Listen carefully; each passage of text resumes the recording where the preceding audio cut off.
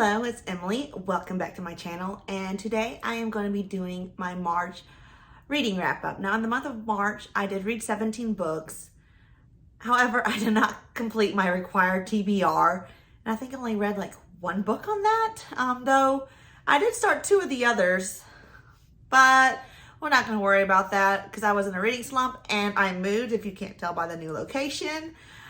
So I guess let's hop right on in and I will talk about the books I read last month.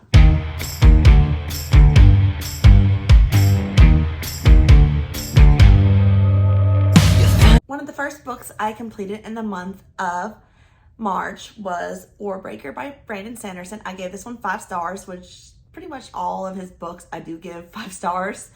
And this is set as a standalone right now, following two sisters, a god, and an immortal. It's a political high fantasy, and it has a really unique magic system that I like how colors are part of the magic system, and really great characters. And I love the story and would definitely recommend, especially if you love Brandon Sanderson's works. The next book I read was The Consuming Fire by John Scalzi. I listened to this one on audiobook, and it's a sci-fi set out in space, filled with lots of drama and action. I gave this one 4 stars. It took a while for me to get back into the narrative because it's been such a while since I read the first book. I think like 2 or 3 years. However, once I was refreshed on the characters, I was thrown right back into that world and definitely loved. And I would definitely recommend listening to this one on audiobook because the narrator is spectacular in this. The third book I finished was The Whispering Skull by Jonathan Stroud. This is actually a book I started back in the beginning of February. However, life kind of happened and I didn't finish it till March. And this one, we see Lucy's gift getting stronger. There's a lot more stakes involved and a lot more action and fight scenes. And a really awesome cliffhanger at the end, which makes me itch to pick up the next book. And I think it is on my April TBR, so hopefully I do finish it next month. However, this one was a 4.5 star read for me, and I definitely recommend picking up the series or even watching it on Netflix if you don't like to read. The next book I completed was The Hacienda by Isabel Cañas. And this one I wanted to enjoy. It's a horror Mexican Gothic. However, I only gave it 2.5 stars. I felt like the plot was very predictable, living in a haunted house where the house itself is haunted because of such great evils that occurred. And then the characters are all kind of flat to me. Therefore, it only got 2.5 stars. Another book I completed this month was Miss Dalloway by Virginia Woolf. This one, I didn't really feel it had much plot. It was just a bunch of writing of the everyday life of an old lady. And I gave this one 3 stars. It was meh for me. At parts, I did zone out while listening to it. But I did actually finally complete it, so I guess that's a plus. And this was one of the books on my 29 to read before I hit 30 list, so at least I got that checked off the list. Crumbs was a graphic novel I read this month. It's pretty chunky, but it's a graphic novel, so it reads pretty fast. This one I gave 3.5 stars. We are following a witch who has the ability to perceive the present and kind of her life as she goes to join the council, as well as her relationship life with the baker she meets that she stops in the shop every day at. And this one I thought it was a quirky, cute little read. The magic was very interesting, especially the cell phones they use and little like spirits within them. I thought was really cute. However, I think it could have had a little bit more depth to it, which is why I only gave it 3.5 stars. Kingdom of Flesh and Fire is another one that took me quite a while to read. I started it back in the end of January and just now finished it mid-March. This one wasn't as strong as its predecessor, and I felt that parts of it did drag on a bit, and the writing felt a little bit more juvenile than in the first book, especially with all the threats of stabbing between Poppy and Cass. However, I still enjoyed it overall and will probably continue on with this series once I get my hands on the 3rd book. I did read the first 3 volumes of Black Clover. I believe I gave them all 5 stars. This was actually a reread for me. I did read the manga a few years ago online in conjunction with the anime release. And then I finally got my hands on the physical volume, so I'm going to start rereading the whole series again because I actually never finished reading the manga series, though it's been so long since I read, so I had to start over from the beginning to pick up where I left off and refresh my brain on what's actually happening.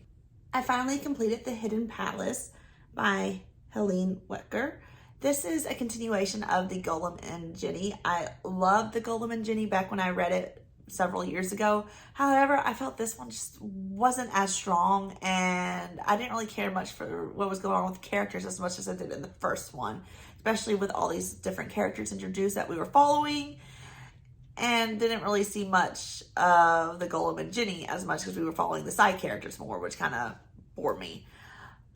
So I gave this one 3 stars. However, the Golem and Jenny will still hold a special place in my heart. It's just a sequel.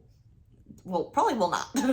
I'm sad to say I finally completed the last and final novel of Miss Peregrine's Peculiar Children with the Desolations of Devil's Acre, which is a book I started back in 2021 and never finished. I sat down after reading about 50 pages and then it just sat there.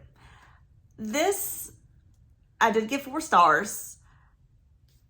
I thought everything was wrapped up in a nice way. However, I did feel that the ending was actually rushed because we were introduced in the previous book of the whole Light Eater arc, and then this one is just kind of threw them all in for the big final battle. And at points, I felt that there were so many characters in the scene, it was hard to actually keep track of which character was in the scene, which is kind of why I docked a star. Though this series still will always hold a special place in my heart, and I really do love the series as a whole in its entirety. It's just the second part of the trilogy wasn't as strong as the first trilogy, but still, I would definitely recommend the series, though don't watch the movie because it's nothing like the books.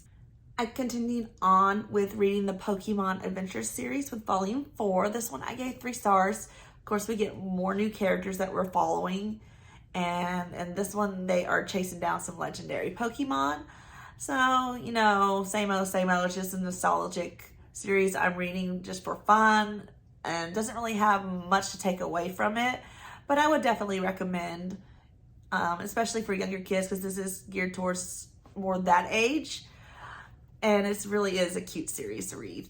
I also tackled volumes 11 through 13 of Hunter x Hunter this month. This one, we were smack dab in the middle of the auction arc, as well as the volume 13 started the Great Island arc. And overall, really enjoy this series. I've seen the anime and actually watched that before reading the books, but the books are not that much different from the anime, so if you really don't want to read the manga, then go for it. However, I do feel like some of the characters here were drawn better than how they were portrayed in the anime, so I actually found myself rooting for them more here than I did watching the series. But still, enjoyable series and can't wait to continue on. I think this was the month for me to finish a lot of TBR vets because I finally finished Secrets for the Mad by Dodie Clark. And this is kind of a memoir set in her perspective, just following some stories that she's and experiences she has had, as well as poems and song lyrics and pictures throughout. I gave this one 3 stars, and sadly, I did start this back in November of 2020, and it took me almost 3 years to finish. So I'm kind of embarrassed to say it took that long to finish a under 300 page book. However, memoirs are not my typical go-to, and this is something you can kind of just pick up and read casually. You don't actually have to like intensely read it from beginning to end because it's not like cohesive storytelling. So if you do take long breaks between reading, you're not really gonna forget the plot because it's just a memoir and there's not much plot. It's just life experiences. Though it was still cute overall and I did enjoy it. Well, I guess that's it for today's video. 17 books was quite a feat for the month of March. I do wish I had read more, though, with life going on, with the first half of the month with me still grieving, and then switched around to the middle of the month, and this latter half I've been moving, unpacking, and adjusting to a new place. I think I did pretty good to get 17 books read.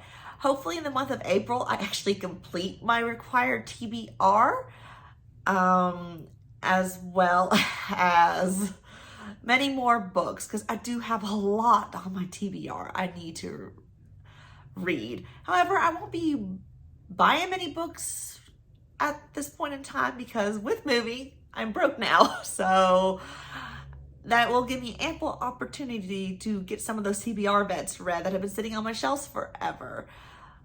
But I guess that's it for today's video. If you enjoyed, feel free to click the like and subscribe button down below, and I look forward to seeing you in my next video.